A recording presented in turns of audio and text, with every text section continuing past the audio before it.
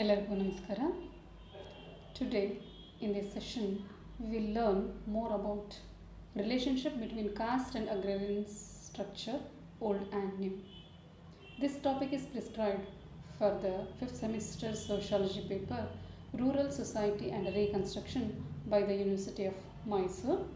So ಈ ಒಂದು ಅವಧಿಯಲ್ಲಿ ಜಾತಿ ವ್ಯವಸ್ಥೆ ಮತ್ತು ಕೃಷಿಕ ವರ್ಗದ ಸಂರಚನೆಗಳ ನಡುವಿನ ಹಿಂದಿನ ಮತ್ತು ಪ್ರಸ್ತುತ ಸಂಬಂಧಗಳ ಬಗ್ಗೆ ಹೆಚ್ಚಿನ ಮಾಹಿತಿಯನ್ನು ತಿಳಿದುಕೊಳ್ಳೋಣ.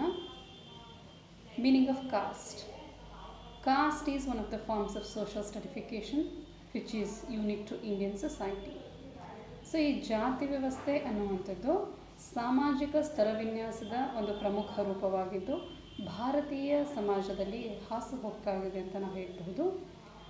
ಸೊ ಈ ಸಾಮಾಜಿಕ ಸ್ತರವಿನ್ಯಾಸ ಅಂದರೆ ನಿಮಗೆ ಆಗಲೇ ತಿಳಿದಿರೋ ಹಾಗೆ ಇಲ್ಲಿ ವ್ಯಕ್ತಿಗಳು ಮತ್ತು ಸಮೂಹಗಳನ್ನು ಹೆಚ್ಚು ಕಡಿಮೆ ಶಾಶ್ವತವಾದಂತಹ ಏಣಿ ಶ್ರೇಣಿಗಳನ್ನು ಒಳಗೊಂಡ ಅಂತಸ್ತಿನ ಆಧಾರದ ಮೇಲೆ ವರ್ಗೀಕರಣ ಮಾಡುವಂತಹ ಒಂದು ಪ್ರಕ್ರಿಯೆ. ಸೊ ಈ ಜಾತಿ ವ್ಯವಸ್ಥೆಯೂ ಕೂಡ ಸಾಮಾಜಿಕ ಸ್ತರವಿನ್ಯಾಸದ ಒಂದು ಪ್ರಮುಖ ರೂಪ ಅಂತ ನಾವು ಹೇಳಬಹುದು. ಸೊ ಇಂಗ್ಲೀಷ್ ಪದ ಈ ಕಾಸ್ಟ್ ಅನ್ನುವಂಥದ್ದು ಸ್ಪ್ಯಾನಿಷ್ ಮತ್ತು ಪೋರ್ಚುಗೀಸ್ ಮೂಲದ ಕಾಸ್ಟಾ ಎನ್ನುವಂಥ ಪದದಿಂದ ವ್ಯುತ್ಪತ್ತಿಯಾಗಿದೆ. The English word caste is derived from the Spanish and Portuguese word casta. So definition of caste, according to S.V. Ketkar, a caste is a group having two characteristics. First one, membership is confined to those who are born of members and includes all persons so born. Second one, the members are forbidden by an inexorable social law to marry outside the group. So ಈ ಜಾತಿಯ ಬಗ್ಗೆ ಇರುವಂತಹ ಒಂದು ವ್ಯಾಖ್ಯೆಯನ್ನು ನೋಡೋದಾಯಿತು ಅಂದರೆ S.V. Ketkar ಇವರ ಪ್ರಕಾರ ಜಾತಿಯು ಒಂದು ಸಮೂಹವಾಗಿದ್ದು ಎರಡು ಗುಣಲಕ್ಷಣಗಳನ್ನು ಹೊಂದಿದೆ. ಮೊದಲನೇದಾಗಿ ಸದಸ್ಯನಾಗಿ ಹುಟ್ಟಿದವನಿಗೆ ಮಾತ್ರ ಸದಸ್ಯತನ ಇರುವುದು ಮತ್ತು ಹಾಗೆ ಹುಟ್ಟಿದವರೆಲ್ಲರೂ ಕೂಡ ಅದರಲ್ಲಿ ಸೇರ್ಪಡೆಯಾಗುವರು. ಎರಡನೇ ಗುಣಲಕ್ಷಣ ಸಮೂಹದ ಹೊರಗಡೆಯಿಂದ ವಿವಾಹವಾಗದಂತೆ ಸದಸ್ಯರು ಕಠೋರವಾದ ಸಾಮಾಜಿಕ ನಿಯಮಗಳಿಂದ ನಿರ್ಬಂಧಿತರಾಗಿರುವರು. Meaning of agrarian structure. The term agrarian structure is often used to refer to the structure or distribution of land holdings of an agricultural society or setup. So ಈ ಕೃಷಿಕ ಸಂರಚನೆ, ಕೃಷಿಕ ವರ್ಗದ ಸಂರಚನೆ ಅರ್ಥವನ್ನು ನಾವು ನೋಡೋದಾಯಿತು ಅಂದರೆ ಭೂ ಹಿಡುವಳಿಗಳ ಹಂಚಿಕೆಗೆ ಸಂಬಂಧಪಟ್ಟಂತಹ ರಚನೆಯನ್ನು ನಾವು ಕೃಷಿಕ ವರ್ಗದ ಸಂರಚನೆ ಅಂತ ಕರಿಬಹುದು. So agricultural land is the most important productive resource in rural areas. Access to land shapes the rural class structure. So ಈ ಕೃಷಿ ಭೂಮಿ ಅನ್ನುವಂಥದ್ದು ಗ್ರಾಮೀಣ ಪ್ರದೇಶದಲ್ಲಿ ಒಂದು ಮಹತ್ವದ ಸಂಪನ್ಮೂಲವಾಗಿದ್ದು ಅದರ ಒಡೆತನ ಈ ಸಾಮಾಜಿಕ ವರ್ಗದ ಸಂರಚನೆಯನ್ನು ರೂಪಿಸುತ್ತದೆ ಅಂತ ನಾವು ಹೇಳಬಹುದು. Those who own land invariably command a considerable degree of power and prestige in rural society. ಅಂದರೆ ಯಾರು ಭೂಮಿಯ ಒಡೆತನವನ್ನು ಹೊಂದಿರ್ತಾರೋ ಅವರು ಗ್ರಾಮೀಣ ಪ್ರದೇಶದಲ್ಲಿ ಒಂದು ಹೆಚ್ಚಿನ ಪ್ರಭಾವವನ್ನು, ಒಂದು ವರ್ಚಸ್ಸನ್ನು ಹೊಂದಿರ್ತಾರೆ. These sets of relationships among the owners of land and those who provide various forms of services to the land owning groups or work with them for a wage could be described as the agrarian class structure. ಅಂದರೆ ಕೃಷಿ ಭೂಮಿಯ ಒಡೆತನವನ್ನು ಹೊಂದಿರುವಂಥವರು ಮತ್ತು ಕೃಷಿ ಭೂಮಿಯ ಒಡೆತನ ಹೊಂದಿರದೆ ಕೃಷಿ ಕಾರ್ಯಗಳಲ್ಲಿ ಭಾಗವಹಿಸುವಂತಹ ಜನರಿಗೆ ಸೇವೆಯನ್ನು ನೀಡುವಂತಹ ಜನಸಮೂಹಗಳು ಅಥವಾ ಕೃಷಿ ಭೂಮಿಯಲ್ಲಿ ಕೂಲಿಗಾಗಿ ಕೆಲಸ ಮಾಡುವಂತಹ ಜನಸಮೂಹ, ಇವರುಗಳ ನಡುವೆ ಇರುವಂತಹ ಪರಸ್ಪರ ಸಂಬಂಧಗಳನ್ನು ನಾವು ಕೃಷಿಕ ವರ್ಗದ ಸಂರಚನೆ ಅಂತಲೂ ಕೂಡ ಕರಿಬಹುದಾಗಿದೆ. The relationship between caste and agrarian structure. So ಹಾಗಾದರೆ ಈ ಜಾತಿ ವ್ಯವಸ್ಥೆ ಮತ್ತು ಕೃಷಿಕ ವರ್ಗದ ಸಂರಚನೆಯ ನಡುವೆ ಏನು ಸಂಬಂಧ ಇದೆ, ಏಕಿದೆ ಅಂತ ನಾವು ನೋಡೋದಾಯಿತು ಅಂದರೆ cost has an influence on the economic, social, political and religious life of the people who belong to Hindu religion. ಈಗಾಗಲೇ ನಮಗೆ ತಿಳಿದಿರೋ ಹಾಗೆ ಈ ಜಾತಿ ವ್ಯವಸ್ಥೆಯು ಹಿಂದೂಗಳ ಅಂದರೆ ಹಿಂದೂ ಧರ್ಮಕ್ಕೆ ಸೇರಿರ್ತಕ್ಕಂತಹ ಜನರ ಸಾಮಾಜಿಕ, ಆರ್ಥಿಕ, ರಾಜಕೀಯ, ಅದೇ ಥರ ಧಾರ್ಮಿಕ ಜೀವನದ ಮೇಲೆ ತನ್ನದೇ ಆಗಿರುವಂತಹ ಒಂದು ಪ್ರಭಾವವನ್ನು ಬೀರಿದೆ ಅಂತ ಹೇಳ್ಬೋದು. ಯಾಕೆಂದರೆ ಈ ಜಾತಿ ವ್ಯವಸ್ಥೆ ಅನ್ನುವಂಥದ್ದು ಜನರಿಗೆ ಅವರು ಹೊಂದಿರತಕ್ಕಂತಹ ಜಾತಿಗೆ ಅನುಗುಣವಾಗಿ ಯಾವ ವೃತ್ತಿಯನ್ನು ತೆಗೆದುಕೊಳ್ಳಬೇಕು, ತೆಗೆದುಕೊಳ್ಳಬಾರದು, ಈ ರೀತಿಯ ಹಲವಾರು ನಿರ್ಬಂಧಗಳನ್ನು, ಅನರ್ಹತೆಗಳನ್ನು ವಿಧಿಸಿತ್ತು. ಅಂದರೆ ಹೆಚ್ಚಿನ ಪ್ರಮಾಣದಲ್ಲಿ ಜನರ ಆರ್ಥಿಕ ಜೀವನವನ್ನು ಜಾತಿ ವ್ಯವಸ್ಥೆ ನಿರ್ಣಯಿಸಿತ್ತು ಅಂತ ನಾವು ಹೇಳಬಹುದು. The agrarian structure and the land ownership patterns in Indian society evolved historically over a long period of time. ಅಂದರೆ ಭಾರತದಲ್ಲಿ ಈ ಕೃಷಿಕ ವರ್ಗದ ಸಂರಚನೆ ಅಂದರೆ ಭೂ ಒಡೆತನದ ನಮೂನೆಗಳು ಐತಿಹಾಸಿಕವಾಗಿ ಬಹಳ ಹಿಂದಿನ ಕಾಲದಿಂದಲೂ ಕೂಡ ಬೆಳೆದು ಬಂದಂಥವುಗಳಾಗಿದೆ ಅಂತ ನಾವು ಹೇಳ್ಬೋದು. ಸೊ ಅಗ್ರೇರಿಯನ್ ಸ್ಟ್ರಕ್ಚರ್ ಇನ್ ಟ್ರೆಡಿಷನಲ್ ಇಂಡಿಯನ್ ಸೊಸೈಟಿ. ಸೊ ಹಾಗಾದರೆ ಈ ಕೃಷಿಕ ವರ್ಗದ ಸಂರಚನೆ ಈ ಸಾಂಪ್ರದಾಯಿಕ ಭಾರತೀಯ ಸಮಾಜದಲ್ಲಿ ಹೇಗಿತ್ತು ಅನ್ನೋದನ್ನು ನಾವು ನೋಡೋದಾಯಿತು ಅಂದರೆ, the structure of agrarian relations organised within the framework of jajmani system. The different caste groups in the traditional Indian village were divided between Jajmans, the patrons, and the Kamins, the menials. The Jajmans were those caste groups who owned and cultivated lands. The Kamins provided different kind of services to the Jajmans. So ಈ ಸಾಂಪ್ರದಾಯಿಕ ಭಾರತೀಯ ಸಮಾಜದಲ್ಲಿ ಕೃಷಿಕ ವರ್ಗದ ಸಂರಚನೆ ಅನ್ನುವಂಥದ್ದು ಹಿಂದೆ ಅಸ್ತಿತ್ವದಲ್ಲಿದ್ದಂತಹ ಜಜಮಾನಿ ವ್ಯವಸ್ಥೆಯನ್ನು ಆಧರಿಸಿತ್ತು ಅಂತ ನಾವು ಹೇಳ್ಬೋದು. ಸೊ ಹಾಗಾದರೆ ಏನಿದು ಜಜಮಾನಿ ವ್ಯವಸ್ಥೆ ಅಂದರೆ, ಸೊ ಇದು ಸಾಂಪ್ರದಾಯಿಕ ಭಾರತದಲ್ಲಿ ಅಸ್ತಿತ್ವದಲ್ಲಿದ್ದಂತಹ ಪರಸ್ಪರ ಕೊಡುವ ಮತ್ತು ತೆಗೆದುಕೊಳ್ಳುವ ಸಂಬಂಧಗಳನ್ನು ಆಧರಿಸಿದ್ದಂತಹ, ಅದು ಕೂಡ ಅಂತರ್ಜಾತೀಯ ಸಂಬಂಧಗಳನ್ನು ಆಧರಿಸಿದ್ದಂತಹ ಒಂದು ವಿನಿಮಯ ವ್ಯವಸ್ಥೆಯನ್ನು ಪ್ರತಿನಿಧಿಸುತ್ತೆ. ಸೊ ಈ ಒಂದು ವ್ಯವಸ್ಥೆಯಲ್ಲಿ ಎರಡು ವರ್ಗಗಳನ್ನು ನಾವು ನೋಡ್ತೀವಿ, ಜಜಮಾನ್ ಅಥವಾ ಯಜಮಾನ ಅನ್ನುವಂಥವ್ರು, ಇನ್ನೊಂದು ಕಮೀನ್ ಅಥವಾ ಆಶ್ರಿತರು, ಆಯಗಾರರು ಅಂತ ಕರೀತಕ್ಕಂಥದ್ದು. ವಿವಿಧ ಪ್ರದೇಶಗಳಲ್ಲಿ ವಿವಿಧ ಹೆಸರುಗಳಿಂದ ಇವರನ್ನು ಕರೀತಾರೆ. ಸೊ ಇಲ್ಲಿ ಜಜಮಾನ್ ಅಂತಕ್ಕಂಥವ್ರು ಭೂಮಿಯ ಒಡೆತನವನ್ನು ಹೊಂದಿರತಕ್ಕಂತಹ ಕೃಷಿಕರಾಗಿರ್ತಾರೆ. ಸೊ ಇವರಿಗೆ ವಿವಿಧ ಬಗೆಯ ಸೇವೆಯನ್ನು ಸಲ್ಲಿಸ್ತಕ್ಕಂತಹ ಜನರನ್ನು ಕಮೀನ್ ಅಥವಾ ಆಶ್ರಿತರು ಅಥವಾ ಆಯಗಾರರು ಅಂತ ಕರೀತಾರೆ. ಸೊ ಈ ವಿವಿಧ ಬಗೆಯ ಸೇವೆಯನ್ನು ಸಲ್ಲಿಸ್ತಕ್ಕಂತಹ ಜನರಿಗೆ ಈ ಜಜಮಾನ ಅಥವಾ ಯಜಮಾನ ಅಂತಕ್ಕಂಥವ್ರು ದವಸ ಧಾನ್ಯಗಳನ್ನು ಕೊಡ್ತಾ ಇರ್ತಾರೆ. ಸೊ ಈ ರೀತಿಯ ಒಂದು ವ್ಯವಸ್ಥೆ ಸಾಂಪ್ರದಾಯಿಕ ಭಾರತದಲ್ಲಿ ಇದ್ದಂಥದ್ದು. ಸೊ ಇಲ್ಲಿ ಭೂ ಮಾಲೀಕತ್ವವನ್ನು ಹೊಂದಿದ್ದಂತಹ ಉನ್ನತ ಜಾತಿಯ ಜನರು ಹೆಚ್ಚಿನ ಒಂದು ಅಧಿಕಾರವನ್ನು ಹೊಂದಿರತಕ್ಕಂಥದ್ದನ್ನು ನಾವು ಕಾಣಬಹುದಾಗಿದೆ. So those who belong to the upper castes and owned land were obviously more powerful than those who came from the menial caste groups. Over the years, the Jajamani system has disintegrated and rural society has experienced profound changes in its social structure. So ಕಾಲ ಹೋದ ಹಾಗೆ ಈ ಜಜಮಾನಿ ವ್ಯವಸ್ಥೆಯೂ ಕೂಡ ಶಿಥಿಲಗೊಳ್ತಾ ಹೋಗಿ ತನ್ನ ಅಸ್ತಿತ್ವವನ್ನು ಕಳೆದುಕೊಳ್ಳುತ್ತೆ. So ಅದರ ಜೊತೆಗೆ ಈ ಕೃಷಿ ವರ್ಗದ ಸಂರಚನೆಯಲ್ಲೂ ಕೂಡ ಸಾಕಷ್ಟು ಪ್ರಮಾಣದ ಬದಲಾವಣೆಗಳು ಮುಂದೆ ಬರುತ್ತೆ. So agrarian structure during colonial period ಅಂದರೆ ಬ್ರಿಟಿಷ್ ಆಳ್ವಿಕೆಯ ಕಾಲದಲ್ಲಿ ಈ ಕೃಷಿ ವರ್ಗದ ಸಂರಚನೆಯಲ್ಲಿ ಯಾವ ರೀತಿಯ ಬದಲಾವಣೆಗಳು ಆಯಿತು ಅನ್ನುವಂಥದ್ದನ್ನು ನಾವು ಇವಾಗ ನೋಡೋಣ. The agrarian policies of the colonial rulers had far-reaching consequences.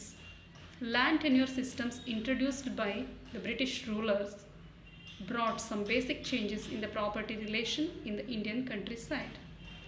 So ಈ ಭಾರತವನ್ನು ಆಳ್ವಿಕೆ ಮಾಡ್ತಾ ಇದ್ದಂತಹ ಬ್ರಿಟಿಷ್ ಆಡಳಿತಗಾರರು ತಂದಂತಹ ಕೆಲವೊಂದಿಷ್ಟು ಲ್ಯಾಂಡ್ ಟೆನ್ಯೂರ್ ಸಿಸ್ಟಮ್ಸ್ ಅಥವಾ ಭೂ ಹಿಡುವಳಿ ಪದ್ಧತಿಗಳು ಭಾರತದ ಆಸ್ತಿ ಒಡೆತನಕ್ಕೆ ಸಂಬಂಧಪಟ್ಟಂತಹ ಸಂರಚನೆಯಲ್ಲಿ ಸಾಕಷ್ಟು ಬದಲಾವಣೆಗಳನ್ನು ತರುತ್ತವೆ. ಸೊ ಇಲ್ಲಿ ಮುಖ್ಯವಾಗಿ ಬ್ರಿಟಿಷರು 3 ಥರದ ಭೂ ಹಿಡುವಳಿ ವ್ಯವಸ್ಥೆಯನ್ನು ಅಥವಾ ಭೂಸ್ವಾಮ್ಯ ಪದ್ಧತಿಗಳನ್ನು ಪರಿಚಯಿಸ್ತಾರೆ. ಜಮೀನ್ದಾರಿ ಪದ್ಧತಿ, ರೈತವಾರಿ ಪದ್ಧತಿ ಮತ್ತು ಮಹಲ್ವಾರಿ ಪದ್ಧತಿ. ಸೊ ಇಲ್ಲಿ ಮೊದಲನೇದಾಗಿ ಜಮೀನ್ದಾರಿ ಪದ್ಧತಿಯನ್ನು ನಾವು ನೋಡೋದಾಯಿತು ಅಂದರೆ ಇಲ್ಲಿ 3 ಥರದ ವರ್ಗಗಳು ಬರುತ್ತೆ. So zamindari system had 3 classes: zamindars, tenants and agricultural labours. So ಇಲ್ಲಿ ಜಮೀನ್ದಾರಿ ಪದ್ಧತಿಯಲ್ಲಿ ಒಂದು ಬದಲಾವಣೆ ಅಂತಂದರೆ ಇಲ್ಲಿ ಜಮೀನ್ದಾರರಿಗೆ ಭೂಮಾಲೀಕತ್ವದ ಹಕ್ಕುಗಳನ್ನು ಬ್ರಿಟಿಷ್ ಆಡಳಿತಗಾರರು ನೀಡ್ತಾರೆ. ಸೊ ಹಾಗಾಗಿ ಇಲ್ಲಿ ಇನ್ನೊಂದು ಅಂಶವನ್ನು ನಾವು ನೋಡೋದಾಯಿತು ಅಂದರೆ ಬಹಳಷ್ಟು ಜಮೀನ್ದಾರರು ಆಗಿನ ಕಾಲದಲ್ಲಿ ಆ ಪ್ರದೇಶಗಳಲ್ಲಿದ್ದಂತಹ ಉನ್ನತ ಜಾತಿಗೆ ಸೇರಿರ್ತಾರೆ. ಸೊ ಅಂದರೆ ಇಲ್ಲಿ ಭೂಮಾಲೀಕರು ಅಥವಾ ಜಮೀನ್ದಾರರು, ನೆಕ್ಸ್ಟು ಟೆನೆಂಟ್ಸ್ ಅಂದರೆ ಗೇಣಿದಾರರು, ನೆಕ್ಸ್ಟ್ ಮೂರನೇ ವರ್ಗ ಅಗ್ರಿಕಲ್ಚರ್ ಲೇಬರ್ಸ್ ಅಥವಾ ಕೃಷಿ ಕಾರ್ಮಿಕರು. ಸೊ ಇದು ಜಮೀನ್ದಾರಿ ಪದ್ಧತಿ ಅಸ್ತಿತ್ವದಲ್ಲಿ ಇರುವಂತಹ ಪ್ರದೇಶಗಳಲ್ಲಿ ಈ ಒಂದು ವರ್ಗ ವ್ಯವಸ್ಥೆ ಕಂಡುಬರುತ್ತೆ. Next ryotwari system had 2 classes, landlords and ಪೀಸಂಟ್ಸ್.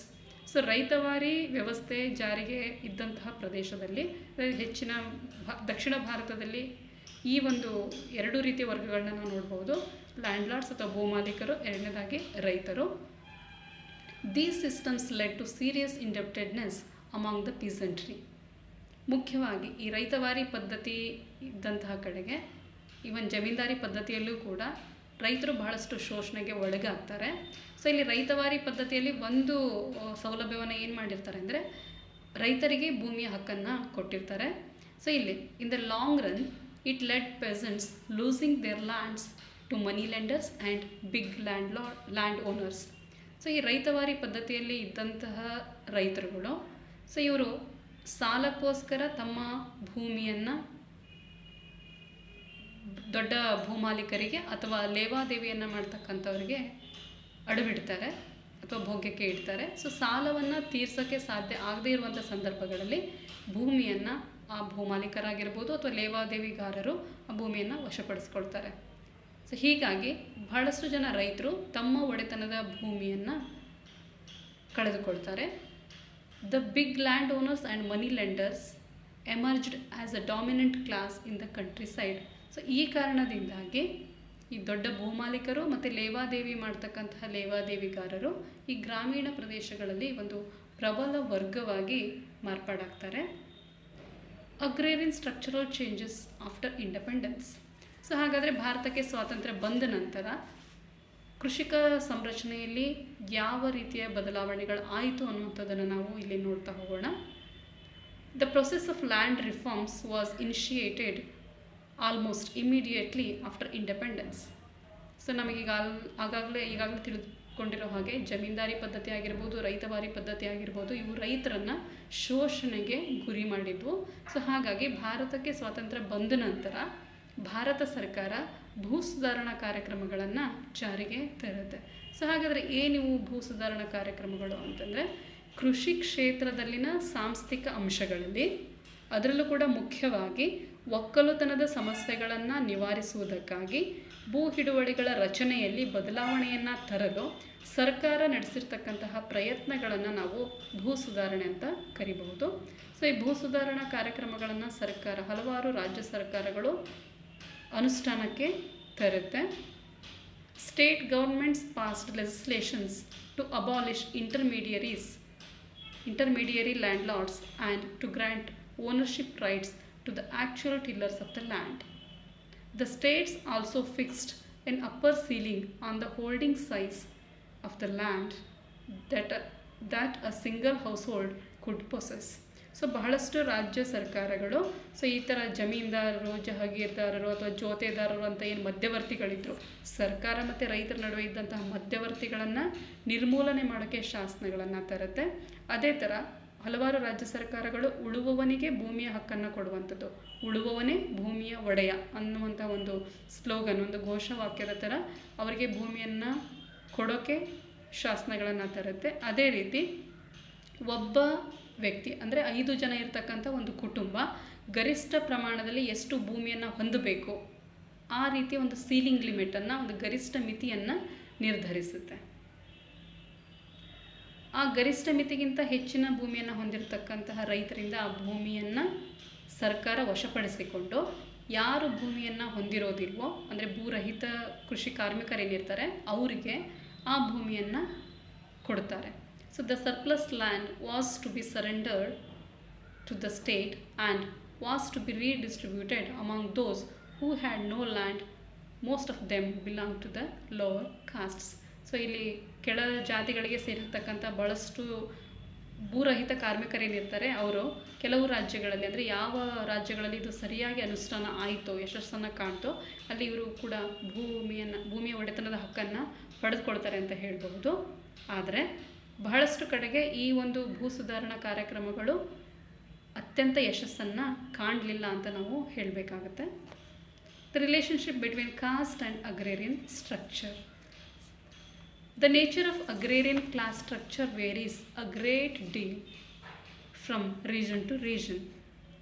The major land-owning groups belong to the upper castes. In each region, there are usually just one or two major land-owning castes who are also numerically very important. Such groups were termed by the sociologist Dr. M.N. Srinivas as dominant castes. So ಇಲ್ಲಿ ಒಂದು ಅಂಶವನ್ನು ನಾವು ನೋಡಬೇಕು ಅಂತಂದರೆ, ಇಡೀ ದೇಶಾದ್ಯಂತ ಈ ಕೃಷಿಕ ವರ್ಗದ ಸಂರಚನೆ ಅನ್ನುವಂಥದ್ದು ಒಂದೇ ರೀತಿಯಾಗಿಲ್ಲ. ಸೊ ಇದು ಪ್ರದೇಶದಿಂದ ಪ್ರದೇಶಕ್ಕೆ ವ್ಯತ್ಯಾಸ ಆಗ್ತಾ ಹೋಗುತ್ತೆ. ಇಲ್ಲಿ ಕೆಲವೊಂದಿಷ್ಟು ನಾವು ನೋಡ್ತಾ ಹೋದರೆ ಪ್ರದೇಶಗಳಲ್ಲಿ ಮೇಲ್ಜಾತಿಗೆ ಸೇರಿರ್ತಕ್ಕಂತಹ ಕೆಲವೊಂದಿಷ್ಟು ಜಾತಿಗಳು ಬಹಳಷ್ಟು ಪ್ರಮಾಣದ ಭೂಮಿಯನ್ನು ತಮ್ಮ ಒಡೆತನದಲ್ಲಿ ಹೊಂದಿದ್ದಾರೆ. ಸೊ ಇಂತಹ ಸಮೂಹಗಳನ್ನು, ಇಂತಹ ಜಾತಿ ಸಮೂಹಗಳನ್ನು ಡಾಕ್ಟರ್ M.N. ಶ್ರೀನಿವಾಸ್ ಅವರು ಪ್ರಬಲ ಜಾತಿಗಳು ಅಥವಾ ಡಾಮಿನೆಂಟ್ ಕಾಸ್ಟ್ ಅಂತ ಕರೆದಿದ್ದಾರೆ. So meaning of dominant cost. A caste is dominant when it preponderates numerically over the other castes, when it also wields preponderant economic and political power, and when it enjoys a high ritual status in the local caste hierarchy. For example, Lingayata and Vakkaliga in Karnataka, Reddy and Kamma in Andhra Pradesh. So ಹಾಗಾದರೆ ಇಲ್ಲಿ ಪ್ರಬಲ ಜಾತಿಗಳು ಅಂದರೆ ಏನು, ಅದರ ಅರ್ಥವನ್ನು ನಾವು ನೋಡೋದಾಯಿತು ಅಂದರೆ ಡಾಕ್ಟರ್ M.N. ಶ್ರೀನಿವಾಸ್ ಅವರ ಪ್ರಕಾರ ಸಂಖ್ಯಾತ್ಮಕ ಪ್ರಾಬಲ್ಯದಿಂದ ಮಾತ್ರವಲ್ಲದೆ ರಾಜಕೀಯವಾಗಿ, ಆರ್ಥಿಕವಾಗಿ ಹಾಗೂ ಸಾಮಾಜಿಕವಾಗಿ ಪ್ರಭಾವಿಯಾಗಿದ್ದು ಪ್ರಾದೇಶಿಕ ಜಾತಿಗಳ ಏಣಿ ಶ್ರೇಣಿಯಲ್ಲಿ ಉಚ್ಚ ಸ್ಥಾನವನ್ನು ಹೊಂದಿದ್ದು ಇತರ ಜಾತಿಗಳ ಮೇಲೆ ವರ್ಚಸ್ಸನ್ನು ಬೀರುವಂತಹ ಜಾತಿಯನ್ನು ಪ್ರಬಲ ಜಾತಿ ಅಂತ ಕರೀಬಹುದು. ಸೊ ಅಂದರೆ ಒಂದೊಂದು ರಾಜ್ಯದಲ್ಲೂ ಕೂಡ ಒಂದೆರಡು ಪ್ರಬಲ ಜಾತಿಗಳನ್ನು ನಾವು ಕಾಣಬಹುದಾಗಿದೆ. ಈಗ ಉದಾಹರಣೆಗೆ ಕರ್ನಾಟಕವನ್ನು ತೆಗೆದುಕೊಂಡ್ರೆ ಕರ್ನಾಟಕದಲ್ಲಿ ಲಿಂಗಾಯತ ಮತ್ತು ಒಕ್ಕಲಿಗ ಪ್ರಬಲ ಜಾತಿಗಳು, ಆಂಧ್ರ ಪ್ರದೇಶದಲ್ಲಿ ರೆಡ್ಡಿ ಮತ್ತು ಕಮ್ಮಗಳು, ಅದೇ ಥರ ಕೇರಳಕ್ಕೆ ನಾವು ತೆಗೆದುಕೊಂಡ್ರೆ ಉದಾಹರಣೆಯಾಗಿ ನಾಯರ್ ಮತ್ತು ಇಳ್ವ ಆಗಿರ್ಬೋದು. ಮಹಾರಾಷ್ಟ್ರದಲ್ಲಿ ಮರಾಠ ಮತ್ತು ಬ್ರಾಹ್ಮಣರು. ಅಂದರೆ ಕೆಲವು ಪ್ರಬಲ ಜಾತಿಗಳು, ಆ ಪ್ರದೇಶದಲ್ಲಿರ್ತಕ್ಕಂತಹ ಪ್ರಬಲ ಜಾತಿಗಳು ಕೃಷಿ ಭೂಮಿಯ ಮೇಲಿನ ಒಡೆತನದ ಪ್ರಮಾಣ ಹೆಚ್ಚಿದೆ ಅನ್ನುವಂಥದ್ದನ್ನು ನಾವಿಲ್ಲಿ ನೋಡಬಹುದು. The relationship between caste and agrarian structure. It should however be noted that due to historical reasons, the caste and the socio-economic group often correspond to a great extent in various parts of the country. ಆದಾಗ್ಯೂ ಕೆಲವೊಂದು ಐತಿಹಾಸಿಕ ಕಾರಣಗಳಿಂದಾಗಿ ಜಾತಿ ಮತ್ತು ಸಮಾಜೋ ಆರ್ಥಿಕ ಸಮೂಹಗಳು ಹೆಚ್ಚಾಗಿ ಅನುರೂಪತೆಯನ್ನು ಹೊಂದಿರುವಂಥದ್ದನ್ನು ನಾವು ದೇಶದ ಬಹಳಷ್ಟು ಪ್ರದೇಶಗಳಲ್ಲಿ ಕಾಣಬಹುದಾಗಿದೆ. For instances, a good proportion of farmers, tenants in Maharashtra happen to belong to non-Brahmin castes, while a good proportion of the landlords belong to the Brahmin caste. ಅಂದರೆ ಈಗ ಮಹಾರಾಷ್ಟ್ರದ ಒಂದು ಉದಾಹರಣೆಯನ್ನು ತೆಗೆದುಕೊಳ್ಳೋದಾತಂದರೆ, ಸೊ ಇಲ್ಲಿರ್ತಕ್ಕಂತಹ ಭೂ ಒಡೆಯರು ಅಥವಾ ಭೂಮಿಯ ಮೇಲೆ ಒಡೆತನವನ್ನು ಹೊಂದಿರತಕ್ಕಂಥವ್ರು ಹೆಚ್ಚಾಗಿ ಬ್ರಾಹ್ಮಣ ಜಾತಿಗೆ ಸೇರಿದರೆ, ಈ ಗೇಣಿದಾರರು ಮತ್ತು ಕೃಷಿ ಕಾರ್ಮಿಕರು ಅನ್ನುವಂಥವರು ಬ್ರಾಹ್ಮಣೇತರ ಜಾತಿಗೆ ಸೇರಿದ್ದಾರೆ ಅನ್ನುವಂಥ ಅಂಶವನ್ನು ನಮ್ಮ ಸಮಾಜಶಾಸ್ತ್ರಜ್ಞರಾದಂತಹ ಡಾಕ್ಟರ್ A.R. ದೇಸಾಯಿ ಅವರು ತಮ್ಮ ಒಂದು ಗ್ರಂಥದಲ್ಲಿ ತಿಳಿಸ್ತಾರೆ. ಅಂದರೆ ಐತಿಹಾಸಿಕ ಕಾರಣಗಳಿಂದಾಗಿ ಉನ್ನತ ಜಾತಿಗೆ ಸೇರಿರ್ತಕ್ಕಂತಹ ಜನರಲ್ಲಿ ಹೆಚ್ಚಿನ ಪ್ರಮಾಣದ ಭೂಮಿಯ ಒಡೆತ ಇರುವಂಥದ್ದನ್ನು ಕಾಣಬಹುದು ಅನ್ನುವಂಥದ್ದನ್ನು ನಾವಿಲ್ಲಿ ಅರ್ಥೈಸ್ಕೊಳ್ಬಹುದು. But in many areas there is a complex relationship between caste and class which is not always straightforward. We might expect that the higher castes have more land and higher incomes. In many areas, this is broadly true, but not exactly. For instance, in most areas, the higher caste, the Brahmins, are not major landowners, and so they fall outside the agrarian structure although they are the part of rural society. So ಇಲ್ಲಿ ಒಂದು ಅಂಶವನ್ನು ನಾವೀಗಾಗಲೇ ನೋಡಿದ ಹಾಗೆ ಉನ್ನತ ಜಾತಿಗೆ ಸೇರಿರ್ತಕ್ಕಂಥವರು ಹೆಚ್ಚಿನ ಭೂಮಿಯ ಒಡೆತನವನ್ನು ಹೊಂದಿದ್ದಾರೆ ಅಂತ ನಾವು ಆ ಉದಾಹರಣೆಯನ್ನು ನೋಡಿದ್ವಿ ಮಹಾರಾಷ್ಟ್ರದಲ್ಲಿ. ಆದರೆ ಎಲ್ಲ ಕಡೆಗೂ ಇದೇ ರೀತಿ ಇಲ್ಲ ಅನ್ನುವಂಥದ್ದನ್ನು ನಾವು ನೋಡಬೇಕಾಗತ್ತೆ. ಸೊ ಬಹಳಷ್ಟು ಕಡೆಗೆ ಈ ಜಾತಿ ವ್ಯವಸ್ಥೆ ಮತ್ತು ವರ್ಗ ವ್ಯವಸ್ಥೆ ಇವುಗಳ ನಡುವಿನ ಸಂಬಂಧ ನೇರವಾಗಿರದೆ ಸಂಕೀರ್ಣವಾಗಿದೆ. ಸೊ ನಾವು ಕೆಲವೊಮ್ಮೆ ಅಂದ್ಕೊಳ್ಬಹುದು ಉನ್ನತ ಜಾತಿಗೆ ಸೇರಿರ್ತಕ್ಕಂಥವರು ಹೆಚ್ಚಿನ ಪ್ರಮಾಣದ ಆದಾಯವನ್ನು ಪಡೀತಾರೆ, ಹೆಚ್ಚಿನ ಪ್ರಮಾಣದ ಭೂಮಿಯ ಒಡೆತನವನ್ನು ಹೊಂದಿರ್ತಾರೆ ಅಂತ. ಸೊ ಇದು ಬಹಳಷ್ಟು ಕಡೆಗೆ ನಿಜ ಆಗಿದ್ರೂ ಕೂಡ ವಾಸ್ತವದಲ್ಲಿ ಕೆಲವೊಂದಿಷ್ಟು ಭಾಗಗಳಲ್ಲಿ ಇದು ಸರಿಯಲ್ಲ, ನೈಜವಲ್ಲ ಅಥವಾ ವಾಸ್ತವವಲ್ಲ ಅಂತ ನಾವು ಹೇಳ್ಬೋದು. ಈಗ ಉದಾಹರಣೆಯನ್ನು ನಾವು ತೆಗೆದುಕೊಂಡ್ರೆ ಕೆಲವೊಂದಿಷ್ಟು ಭಾಗಗಳಲ್ಲಿ ಈಗ ಉನ್ನತ ಜಾತಿ ಅಂತ ಪರಿಗಣಿಸಲ್ಪಟ್ಟಂತಹ ಬ್ರಾಹ್ಮಣರು ಹೆಚ್ಚಿನ ಪ್ರಮಾಣದಲ್ಲಿ ಭೂಮಿಯ ಒಡೆತನವನ್ನು ಹೊಂದಿಲ್ಲ. ಸೊ ಹಾಗಾಗಿ ಅವರು ಗ್ರಾಮಗಳಲ್ಲಿ ಇದ್ದಾಗ್ಯೂ ಕೂಡ ಸೊ ಅವರು ಈ ಒಂದು ಕೃಷಿಕ ಸಂರಚನೆಯಿಂದ ಹೊರಗಡೆ ಉಳಿತಾರೆ ಅಂತ ನಾವು ಹೇಳಬಹುದಾಗಿದೆ. The classification of agrarian classes. Daniel Thorner divided agrarian class structure into 3 types based on their relationship with the land. So Daniel Thorner ಅಂತಕ್ಕಂಥರು ಈ ಕೃಷಿಕ ವರ್ಗಗಳನ್ನು 3 ರೀತಿಯಾಗಿ ವರ್ಗೀಕರಣ ಮಾಡಿದ್ದಾರೆ.